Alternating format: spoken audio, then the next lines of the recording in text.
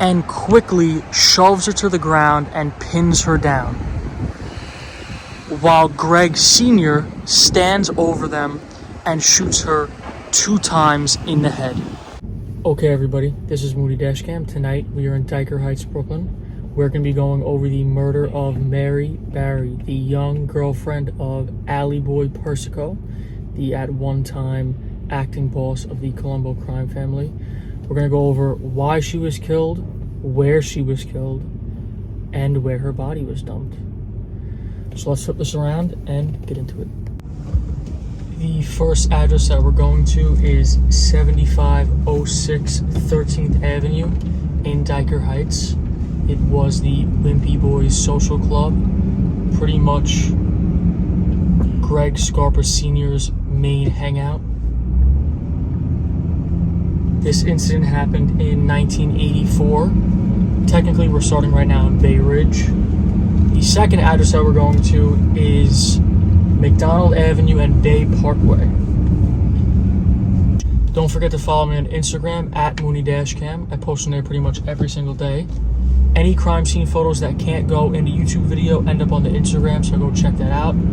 Also, don't forget to leave suggestions for future videos in the comments. I very much appreciate that.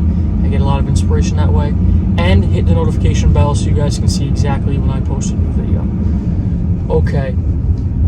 So, Mari Bari. I believe I'm pronouncing that correctly. At the time this all went down, she was 31 years old, but we're going to rewind a little bit back to how she got involved in all this. So she meets Allie boy Persico, the boss, Carmine Persico's little brother, when she was like 16 or 17. Now, she didn't come from money. She didn't come from anything crazy like that. And Allie boy wasn't only very rich, but he was powerful. And on top of that, he was older than her. Any one of those things will attract a girl of that age, and he had all 3 of them. So it was a perfect combo to attract this girl to him. Mary's sister said Allie boy always had control over her. They dated for a very long time, up until when Allie boy went on the run, avoiding prison time, and it was said that she still loved him after he ran away. From all accounts, she was stunning. Like, anytime you ever hear of this girl talked about anywhere, it says gorgeous, beautiful, stunning, whatever. Pick whatever word you want to put in there. She was a 5'2" brunette, and she was always very well dressed. So, there are a few versions of this story. The more widely known one is that she was cooperating with the FBI, since she was always around gangsters, and dated Allie boy, who was on the run, and the idea was that she could give up where he was hiding. Now, Sammy the Bull tells this story, and now I know a lot of you guys might not believe that Sammy the Bull is the most credible source, but he's the only one that was around during that time that's willing to speak on any of these things. Now, granted, he does go off memory a lot of the time, so that's where I could maybe think that his story is a little bit off, because it's very close to the real story. But here's what he said. He said that she had some interaction with the FBI, and that she took a liking to one of the agents. She started talking to one of them, and maybe was planning on going on a date, but I don't know if she really did it yet, or maybe she did go on 1 or 2 dates. It's a little bit unclear. So she's all excited about this new love interest, and she goes and tells one of her girlfriends about it. Just like anybody does if they have someone new in their life, they go and tell their friends. Somehow, this gets back to Allie boy. It seems pretty unlikely that it would get back to Allie boy, but he was still kind of running things, even though he was in hiding, so it makes a little bit of sense that he heard about this. And he is fuming. Now, should he really be that mad that he's on the run, he has a wife, and his girlfriend is dating a new person, or is interested in a new person, maybe not even dating yet? That's debatable, but he gets pissed, and he wants her dead. Greg Scarpa Sr. was going to be the one to do it. When the word got out that this was happening, one of Greg Jr.'s friends said, "We're going to hell." Because as we know, the mafia doesn't kill women, but also as we know, they break that rule whenever they feel like breaking that rule, just like all the other rules that they have. Now, Greg Scarpa Sr. told his men that she was too close to all their gangster dealings, and that she was untrustworthy, and that she could be pressed and give up the location of Allie boy Persico. I guess protecting the real reason why this all went down.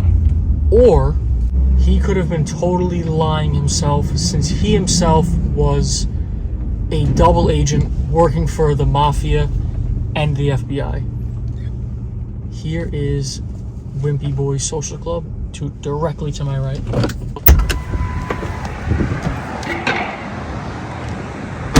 So this was Wimpy Boys Social Club. Now you'll see in the old photos, see where the old building style stops right here? It actually continues behind this brick wall, and you can see the awnings over these two windows, and this is clearly Wimpy Boys Social Club. But the reason why Greg may have been lying, 1 second, short intermission, say hello to the truck. The reason why he may have been lying was because his FBI handler, Lindley DeVecchio, really may have just told him that she was being paid for info by the FBI. And obviously Greg can't go and tell his crew, "Oh hey, my FBI guy that I work with, that I've been cooperating with for my whole entire mafia career, just gave me this info on her, so that's what we're going on." So he might have made up another story, and that's what he went with. And his crew, of course, is going to buy it. He's the leader of their crew. So she gets lured right here to Wimpy Boys Social Club. It's actually ran by Carmine Sessa, but it was Greg Sr.'s main hangout. They said it was like his home away from home. They got her over here by offering her a job as a cocktail waitress. So, of course, she's going to show up. She shows up September 24th, 1984, dressed to impress. She has high-heel white boots on, a black tank top, pearls, designer jeans, and a snakeskin belt. She goes to greet the guys, knowing exactly what to do. She's been around this gangster life for a while, so she goes in for a hug and a kiss to Greg Jr. Greg Jr. does the same, gives her the hug, gives her the kiss, greets her hello, and quickly shoves her to the ground and pins her down, while Greg Sr. stands over them and shoots her 2 times in the head, and a 3rd time behind the ear, just for good measure, because that's the kind of guy Greg Sr. was. We all know the story of him bragging that he stopped counting how many bodies he killed at 50 people. This is the kind of guy Greg Sr. was.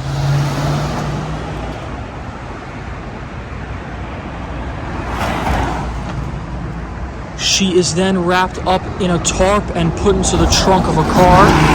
Whoa. Then the whole crew gathers into 2 cars. Greg Sr., Greg Jr., Carmine Sessa, Bobby, Zambardi, and maybe a couple others. Wasn't exactly clear.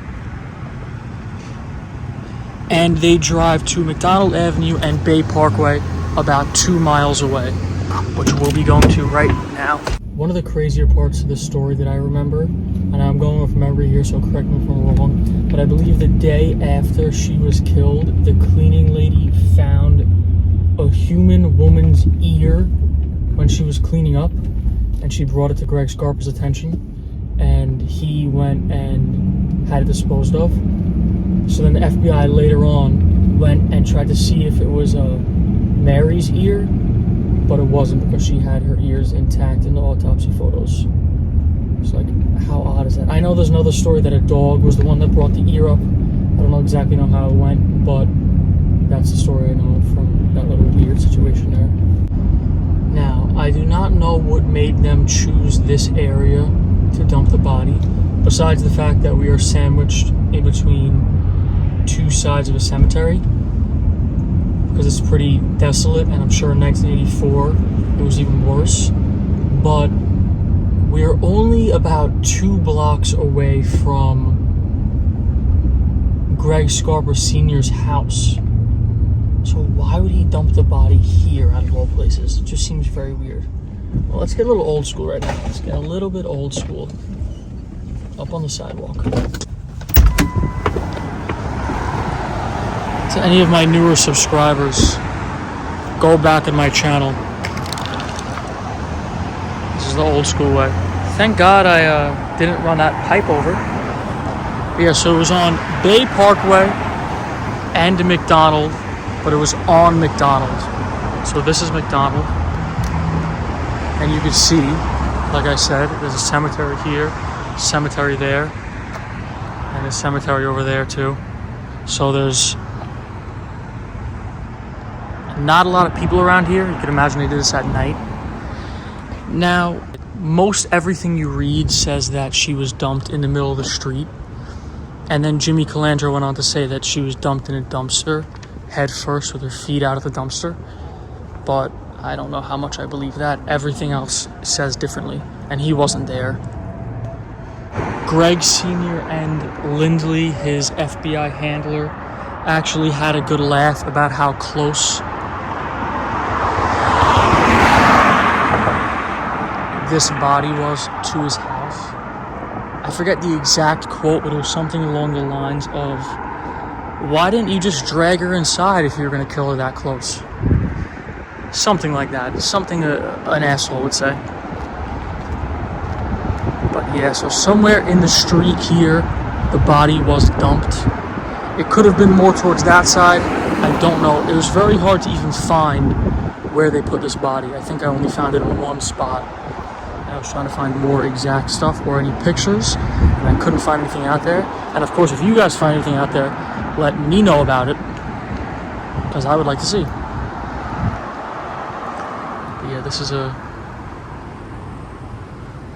pretty interesting looking area. It looks seedy now in 2023. So can you imagine what it maybe looked like in 1984? Maybe some burned out cars, maybe some stripped out cars sitting around here. A few homeless people, maybe some drug addicts hanging around. Who knows what it looked like? I will not run over that pipe. I will not run over the pipe.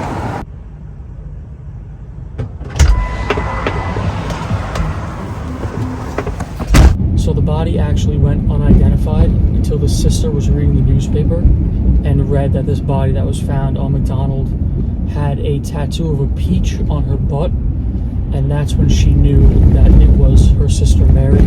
So she was the one that identified it through that way, which is kind of crazy and very unusual. Later on, Carmine Sessa cooperated, and he said the same story, that she knew where Allie Boy was hiding. Now, did he actually know that firsthand, or is that just what Greg told him and he believed it? Who actually knows? As far as I could tell, there's no real evidence to confirm or deny that she cooperated with the FBI in any sort of way. So it's kind of left up in the air as to what's true and what's not true. But what do you guys think? Do you guys think that Greg's story is true and he either killed her because she knew too much and she was untrustworthy, or that Allie Boy Persico found out about the FBI agent she was dating and wanted her killed? Or is it that Greg's FBI handler said that she was being paid by the FBI for information? It's still to this day like up in the air. It's a weird thing. So let me know in the comments what you guys think. That's pretty much everything I have to tell you about this situation. Horrible story of a young, seemingly innocent girl getting killed for the mob's bullshit, really. So I will see you guys in the next one.